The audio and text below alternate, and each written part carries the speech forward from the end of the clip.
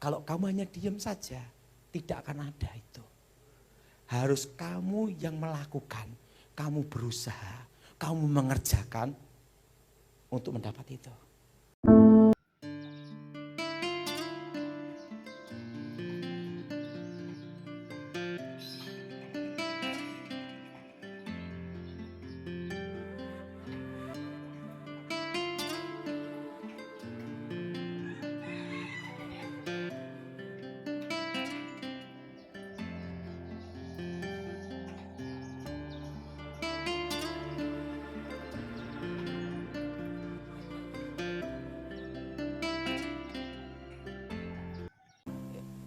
Lawannya berkat adalah kutuk. Lawan dari kutuk adalah berkat. Itu selalu bersamaan. Lawan itu adalah. Arti berkat adalah kata-kata yang mengikat. Yang menyebabkan keselamatan, kehormatan, kemenangan, kejayaan, kelimpahan, kekayaan, kesembuhan, dan kehidupan kekal. Itu berkat. Maka saudara kalau pendeta memberkati angkat tangan. Itu kata-kata mengikat saudara. Blessing, diberkati engkau waktu keluar, diberkati engkau waktu masuk, diberkati. Itu mengikat. Waktu Musa mengatakan pada bangsa Israel berkat, itu mengikat. Jelas? Itu artinya berkat. Nah apa artinya kutuk? Kata-kata yang mengikat juga. Yang menyebabkan penderitaan, kesengsaraan, kehancuran, malapetaka. Nah, ingat. Yang disebut hari ke-7, hari Sabtu. Maka Advent itu hari ke-7. Kenapa kita hari Minggu? Hari Minggu, hari pertama kebangkitan Tuhan. Amin. Berarti hari yang ke-6 adalah hari Jumat. Dan hari yang ke-6 pula, ingat Tuhan menciptakan manusia dan memberkati manusia dengan berkat masa depan. Beranak cuculah, kuasai bumi. Beranak cuculah, kuasai bumi. Betul? Ingat, ini berkat anak cucu diberkati. Berkat anak menguasai bumi. Tuhan memberkati manusia dengan masa depan. Tapi setan menggunakan hari ke-6 pula untuk mengikat manusia dengan nama kutuk masa depan. Makanya semua ritual kuasa gelap selalu berhubungan dengan hari ke-6. Nah, sering para pendeta hamba Tuhan mendoakan pembatalan kutuk. Itu ada 2. Masa lalu. Berhubungan dengan kakek neneknya. Atau masa lalu dia. Betul? Betul? Ya. Yang kedua, saat ini. Betul? Tapi lupa ada yang ketiga yang sangat penting. Padahal itu puncak semua ritual. Hari ke-6, masa depan. Maka dalam doa pelepasan pembatalan kutuk. Waktu saudara bertobat lahir baru. Pembatalan kutuk apa? Masa lalu. Betul? Betul? Masa lalu. Saat itu. Betul? Tapi tidak ada pembatalan kutuk masa depan. Padahal masa depan ini penting sekali. Makanya sering kejadian, waktu belum bertobat, dia itu main dukun, laris tokonya. Begitu bertobat, bangkrut habis. Dan dia repotnya yang jelasin juga salah. Ngomongnya apa? Ayub juga demikian, dihabisin Tuhan dulu. Cuci gudang gitu lah. Nah, setiap bertobat cuci gudang kan yang dicuci yang susah. Nah, yang jadi pertanyaan, ingat ya, Ayub tidak ada perjanjian setan. Ayub tidak ada hubungan dengan kuasa gelap. Alkitab berkata Ayub orang benar. Tidak ada hubungan dengan okultisme. Jelas? Tidak ada hubungan dengan apa, saudara? Tidak ada. Tuhan menguji, Tuhan mengizinkan, iblis mencobai. Tapi adanya pemulihan. Nah kalau kasus ini kan beda. Ini berhubungan dengan kuasa gelap. Nah ini harus di-cut di sini saudara. Perbedaannya harus stop di sini. Antara Ayub dan masalah kuasa gelap ini. Nah waktu kita doa, kita bertobat, lahir baru itu masa lalu dan saat itu. Tapi yang tidak diperhitungkan adalah masa depan. Sehingga pada waktu bertobat, setan tidak bisa nyerang dirinya. Nyerang keluarganya tidak bisa. Tapi ada satu yang belum dibatalkan, yaitu masa depannya. Begitu dia bertobat, kerja apapun gagal, habis. Begitu bertobat, ada yang kutuk masa depan. Misalnya, orang tuanya pasang susu, terkena kutuk apa? Kawin cerai atau perawan tua. Begitu bertobat, expired kadaluarsa. Setiap kali mau menikah gagal, semua mau menikah gagal. Cantik tidak laku, sayang sekali. Lebih baik lumayan tapi laku, betul enggak? Betul? Betul? Makanya yang mau menikah, ingat saudara, pesan saya satu. Menikah. Sebelum menikah ingin punya istri cantik, model gini, macam-macam. Saudara. Tapi setelah menikah 3 bulan, cantik tuh hanya 3 bulan doang. Saudara. Yang penting tanggung jawab dan bisa diajak bicara, betul lah. Yang setuju angkat tangan. Istri cantik model apapun, stroke. Setuju? Betul? Kan penting bisa diajak ngomong. Betul? Nah, jadi ingat saudara. Kutuk ini bicara tentang masa depan. Maka harus ada dalam doa pemutusan kutuk. Itu mematahkan kutuk masa depan. Bukan hanya masa lalu. Jelas sampai di sini. Nah, apakah setan bisa memberkati? Ingat saudara, setan bukan pencipta. Alkitab berkata setan pencuri. Mencuri damai sejahtera, mencuri berkat, mencuri dari hidup kita. Kenapa? Karena setan itu bukan pencipta. Beda dengan Tuhan, Tuhan adalah pencipta. Yang tidak ada menjadi ada. Itu bedanya saudara. Nah, rezeki itu diambil dari mana? Nah, sebelum bertobat ada namanya keadilan yang maha kuasa. Orang baik, orang jahat, semua bisa merasakan cahaya matahari. Betul? Orang Kristen atau bukan, tidak ada urusan agama di sini. Bisa merasakan datangnya malam dan datangnya siang. Betul? Demikian di bawah kolong langit ini. Setiap manusia udah diberi berkatnya masing-masing. Setiap manusia diberi rezekinya masing-masing. Nah, buktinya apa? Nggak usah banyak-banyak. Ada pendeta yang gemuk. Gemuk. Tapi ada juga pendeta kurus miskin. Lah gimana? Doanya sama-sama ini. Rezekinya beda. Nggak usah banyak-banyak. Ada preman kelas nasional, ada preman kelas terminal. Betul? Sama-sama preman, rezekinya beda. Kita punya anak aja rezekinya beda. Ada Kristen yang kaya, ada Kristen miskin. Ada Hindu Buddha kaya, ada Hindu miskin. Itu berkat. Rezeki udah ada masing-masing. Takaran mangkok piring masing-masing. Bedanya kalau kita percaya Yesus dijamin ke surga. Dan kalau kita setia, berkat itu ditambahkan. Amin. Nah, kalau orang minta kekayaan sama setan, itu diambil dari mana? Rezeki anak cucu. Kalau rezeki anaknya gede, wah, orang tuanya kerja apapun berhasil. Tapi terkena kutuk. Tidak bisa nikmati kekayaan, stroke, sakit gula, gini tak, tapi kaya. Begitu orang tuanya mati, selesai, habis, bangkrut total. Anaknya kerja apapun bangkrut habis. Karena rezekinya diambil orang tuanya dulu. Nah, anaknya ini terkena 3 kutuk. Masa lalu, saat itu, dan masa depan. Ini yang perlu diputuskan. Nah, kebanyakan dalam doa masa lalu sama saat ini. Bukan masa. Padahal yang paling vital dan utama itu masa depan. Kita mau menikah juga karena masa depan. Kita mau punya anak juga masa depan. Kan tidak mungkin kita mau menikah masa lalu, betul? Betul? Kita menikah untuk masa depan, bukan untuk masa lalu, betul? Semua kan untuk masa depan.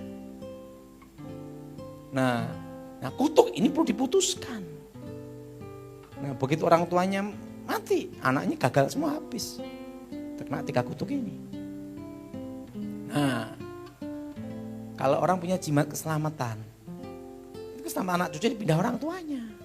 Nabrak mobil selamat, nabrak motor selamat, nabrak kereta api tetap mati. Kereta. itu nanti anak cucunya sering kecelakaan, sakit-sakitan, dan miskin. Karena dia diambil duluan sama orang tuanya. Maka Alkitab berkata, setan pencuri. Dalam dunia setan tidak ada ilmu baru. Jelas? Karena bukan pencipta. Jelas? Jelas? Bukan apa saudara? Bukan pencipta. Kat di sini saudara. Jelas? Jelas? Nah, kalau rezeki anak cucunya tukang beca, sekalipun minta ke setan tetap beca, tetap miskin. Makanya sama-sama minta setan, ada yang tetap miskin.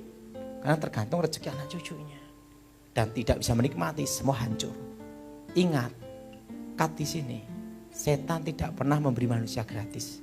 Dan tidak ada tujuan menolong manusia. Kat di sini. Kenapa? Karena dia tahu tidak diampuni. Ngapain? Dan ingat, setan tidak mau sendirian di neraka. Digodalah manusia. Karena itu awal peperangan, awal permusuhan. Jelas? Jelas? Jelas? Nah, jadi dalam doa pemutusan, itu harus ada doa pemutusan masa lalu, saat ini, masa depan. 3 ini harus, saudara. Nah, sedangkan banyak gereja, 2 aja. Pada nomor 1 yang ini, saudara. Yang vital tuh ini, saudara. Karena kita tidak hidup dari masa lalu, kita hidup untuk masa depan, betul? Masa depan hancur-hancuran gimana, betul lah? Makanya ada, Pak, saya ini sudah bertobat. Tapi setiap kali saya mau menikah, batal terus. Karena saya dikutuk sama orang tua saya. Nah, yang jadi pertanyaan, itu kutuknya apa? Masa depan. Betul enggak? Nah, maka kutuk masa depan itu perlu diputuskan. Paham saudara? Udah ngerti? Masa depan. Jadi saudara harus mulai cara berpikir harus mengerti. Nah, apa tandanya kalau kita hidup dalam kutuk itu?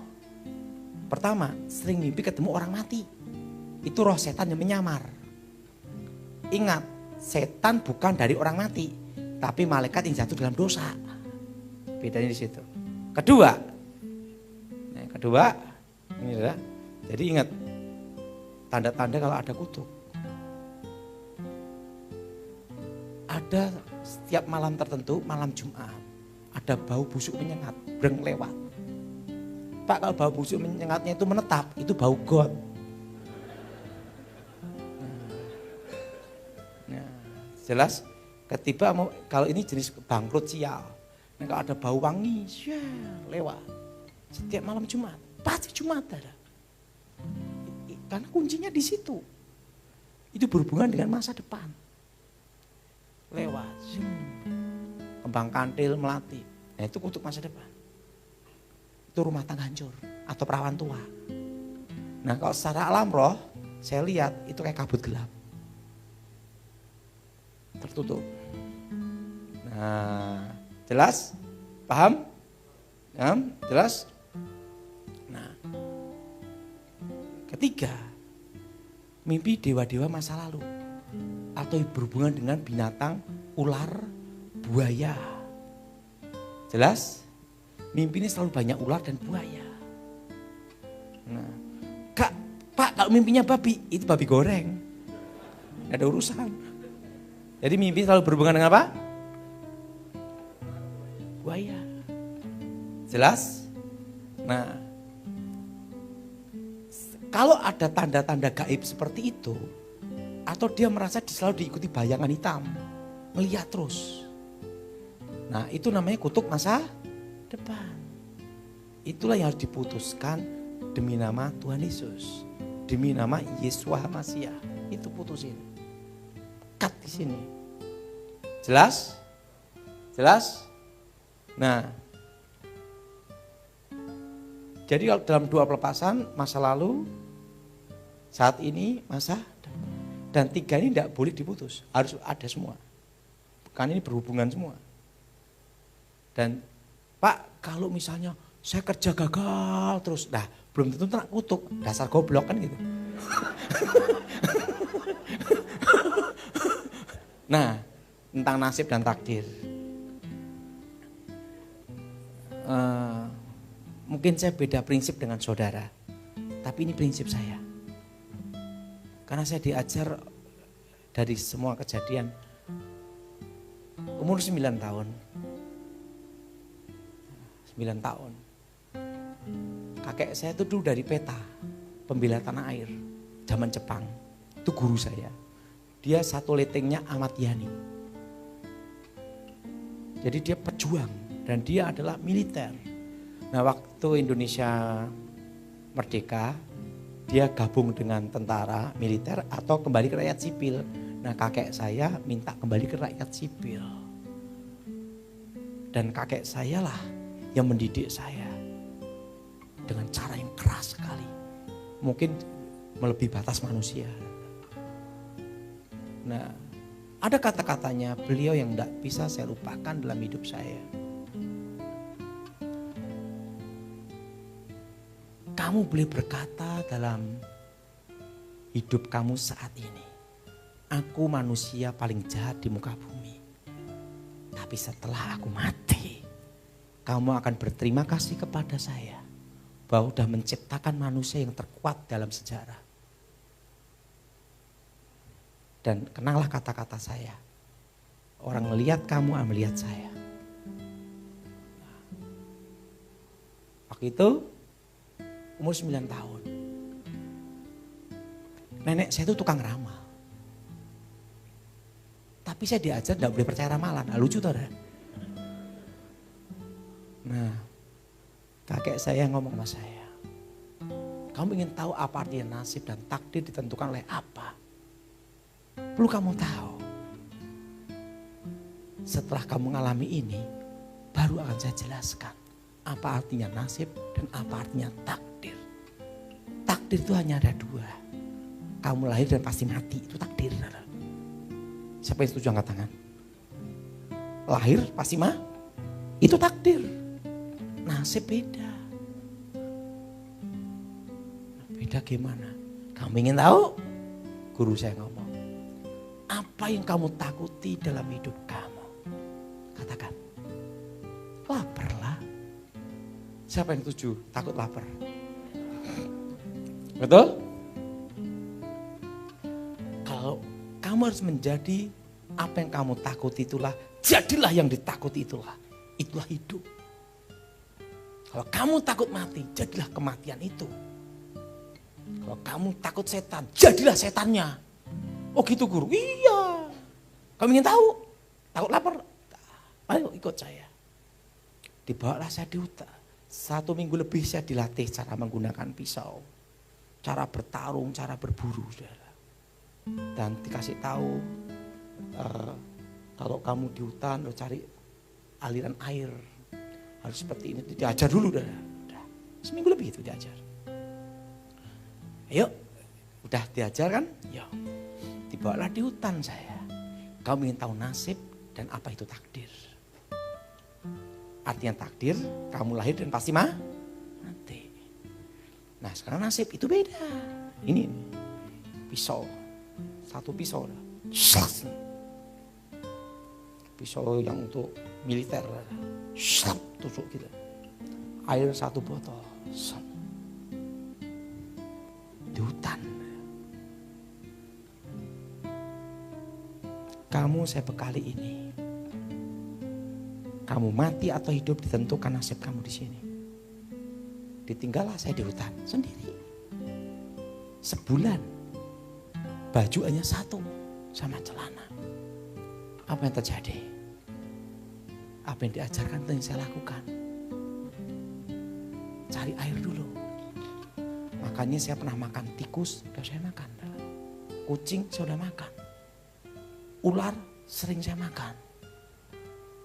Makanya saya bisa makan kucing, tikus, apa saja bisa. Karena untuk bertahan hidup di dalam hutan itu. Nah, dan harus berjuang bertahan. Nah, setelah itu, sebulan kemudian guru saya datang, saya udah ini. Guru saya datang, kamu hidup atau mati? Hidup. Tidak taunya dia itu jarak 1 kilo ngawasi saya terus. Tapi saya tidak tahu, dia ngomong, awasin kamu terus. Sandi yang mulai memberitahu saya, itulah hidup. Nasib ditentukan dirimu sendiri. Sekarang tak jelasin, dia bilang gitu. Yang Maha Kuasa itu sudah menyediakan tempat untuk kamu rezeki sekian. Tetapi kalau kamu hanya diam saja, tidak akan ada itu. Harus kamu yang melakukan, kamu berusaha, kamu mengerjakan untuk mendapat itu. Dan yang kedua, ingat, supaya dapat itu harus ada satu, semangat kamu. Semangat kamu tidak boleh padam. Kamu tidak boleh menyerah dalam posisi situasi apapun dalam hidup kamu. Pelajaran survival hari ini menentukan nasibmu di masa depan. Artinya apa? Kalau kamu bisa hidup di hutan, kamu pasti hidup di kota. Dalam kondisi apapun juga. Karena kamu sudah menjalani satu pisau dan satu botol air. Nah, karena nasib itu ditentukan dirimu sendiri. Rezeki sudah ada, disediakan yang Maha Kuasa. Bagaimana engkau berusaha, itu aja. Nah, benar saudara. Baru saya mengerti. Dan dia memberitahu saya, kekuatan terbesar dalam hidup kamu bukan nama bayangan saya. Aku tidak memberikan kamu harta dan kekayaan. Dan senjata yang terhebat bukan di tangan, pedang atau keris. Tapi senjata yang terkuat ada di dalam hatimu. Siapa yang setuju saudara? Di dalam apa saudara? Hatimu, yaitu semangatmu untuk bertahan hidup. Dari kejadian itulah saya mulai melangkah. Melangkah gimana saudara? Mulai saya diajar, dilatih macam-macam. Setelah saya bertobat, saya memulai bisnis. Saya memulai bisnis 100.000 sampai jadi pabrik plastik tanpa utang bank sampai sekarang. Karena waktu itu selalu saya berkata, kalau di hutan aku aja hidup, apalagi di kota. Saya berjuang terus, tidak boleh menyerah selama saya masih punya semangat hidup. Nah, itu yang saya ajarkan ke anak-anak saya. Nasib ditentukan